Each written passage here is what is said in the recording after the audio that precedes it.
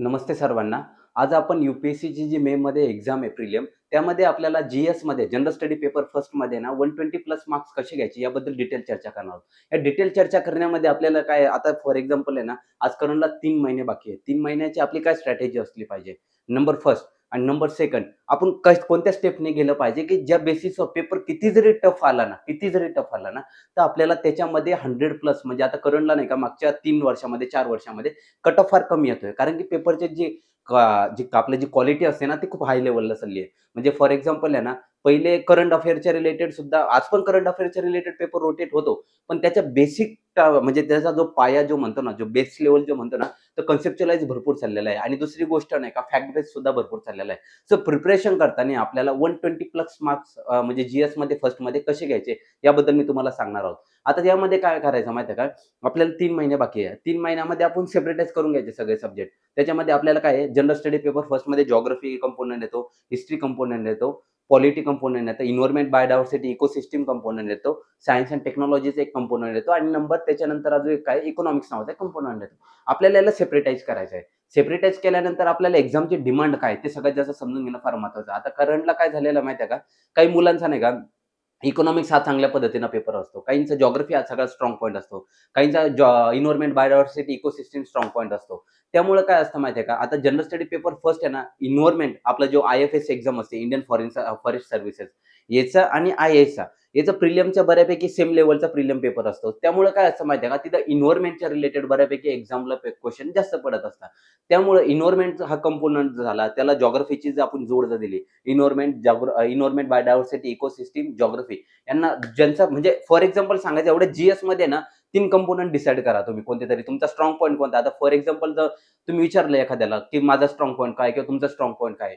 जर एखाद्या व्यक्तीचा पॉलिटी स्ट्राँग पॉइंट असेल, 100 क्वेशन जर आपल्याला एक्झाममध्ये विचारले ना, तर तुम्ही काय करायचं माहिती आहे का? जर इकॉनॉमिक्स तुमचा स्ट्राँग पॉइंट आहे फर्स्ट पेपर, तुमचे सेपरेटाइज करून घ्यायचं. माझा 1 नंबरला इकॉनॉमिक्स हा स्ट्राँग पॉइंट आहे. नंबर सेकंडला पॉलिटी माझा स्ट्राँग पॉइंट आहे. त्याच्यानंतर एन्व्हायर्नमेंट बायोडायव्हर्सिटी इकोसिस्टम माझा स्ट्राँग पॉइंट आहे. सायन्स एंड टेक्नॉलॉजी माझा स्ट्राँग पॉइंट आहे. 5 नंबरला जे असं काय करायचं एका चार्टवर लिहून काढायचं. माझं इथं फोकस करणार आहे, इथं फोकस करणार आहे, इथं फोकस करणार आहे, इथं फोकस करणार आहे. हे स्टेप बाय स्टेपली आपल्याला फोकस करायचं आहे. आणि त्यानंतर काय करायचं माहिती आहे का एक्झाममध्ये पेपर येतो. आता कसं असतं माहिती आहे का? आपण काय करतो माहिती आहे का? पेपर जसं समोर आला क्वेशन पेपर सोडत जातो. क्वेशन सोडत जातो. क्वेशन सोडत जातो. मार्क्स करतो, सोडवतो, मार्क्स करतो, सोडवतो. त्या 2 तासामध्ये पेपर कव्हर होतो का प्रॉपरली? नाही होत. म्हणजे जो काही टाईम लिमिट असतो ना आपल्याला त्याच्या बेसिसवर आपल्याला क्वेशन सॉल्व्ह करायचे असतात. आपल्याला पेपर कव्हर केला जात नाही. त्यामुळे काय असतं 100 क्वेशन मधलं नाही का आपण किती मेहनत केली ना, हार्डली आपल्याला यू-पी-एस-सीच्या प्रिलिममध्ये आपण स्ट्राँगली सांगू शकतो आपल्याला 20 ते 22 क्वेशन हे ना, हे स्ट्राँगली बरोबर आहे. पण आपल्याला त्याच्यावर 80 क्वेशनमध्ये आपल्याला रिस्क घ्यावी लागते. रिस्क म्हणजे 80 मधले 20 जर सोडूनच द्यायचे आपल्याला. 20 म्हणजे असे असतात, की जे बाउन्स होत असतात. प्रत्येक एक्झाममध्ये बाउन्स होत असतात. ते डोक्याबाहेरचा खेळ असतो तो. तिथं आपल्याला हातच लावायचा नाही. कारण त्याच्या बेसिसवर जर तुम्ही जर गेलात ना, आपल्याला माइंडसेट असा करून द्यायचा आहे, आपल्याला 20 क्वेशन असे पडणार आहेत ना, की जिथं आपल्याला बघायचंच नाहीये. हातच लावायचा नाही. कारण की काय माहिती आहे का, जर तिथं हात घातला ना, तुम्ही फ्रस्ट्रेटेड होणार आहे आणि सगळा पेपर ब्लास्ट करून येणार आहे. आपल्याला तसं काहीही करायचं नाही.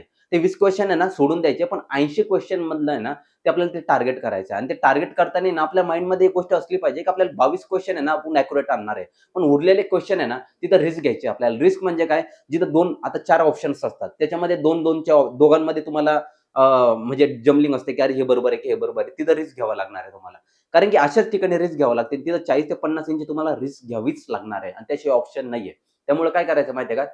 General study paper first, second, third आपलं जे सब्जेक्ट वाईज आहे ना, त्यांना सेपरेटाइज करायचं. आता फॉर एक्झाम्पल तुमचं इकॉनॉमिक स्ट्राँग पॉइंट असेल ना, पेपर जसं हातात पडणार आहे ना, तसं बघायचं इकॉनॉमिकचे क्वेशन कुठे विचारलेले आहेत बऱ्यापैकी. इकॉनॉमिकचे क्वेशन फर्स्ट टॅकल करा लगेच. कळलं? नंबर सेकंडला ज्यांना पॉलिटी माझा स्ट्राँग पॉइंट आहे ना, तर पॉलिटीचे क्वेशन कुठे पडलेले आहेत ते स्ट्राँग करायचा प्रयत्न करा. कारण की काय असतं माहिती आहे का? तुम्ही प्रिपरेशन अशा पद्धतीने करून गेला ना, जर अशा पद्धतीने क्वेशन सॉल्व्ह केलेत ना, तुमचा कॉन्फिडन्स राईज होत जाणार एक्झाममध्ये सोडवताना सुद्धा. जर तुम्ही अशा ठिकाणी हात लावणार स्टार्टिंगला, कारण सेक्शन वाईज पेपर असतात. ए, बी, सी, डी.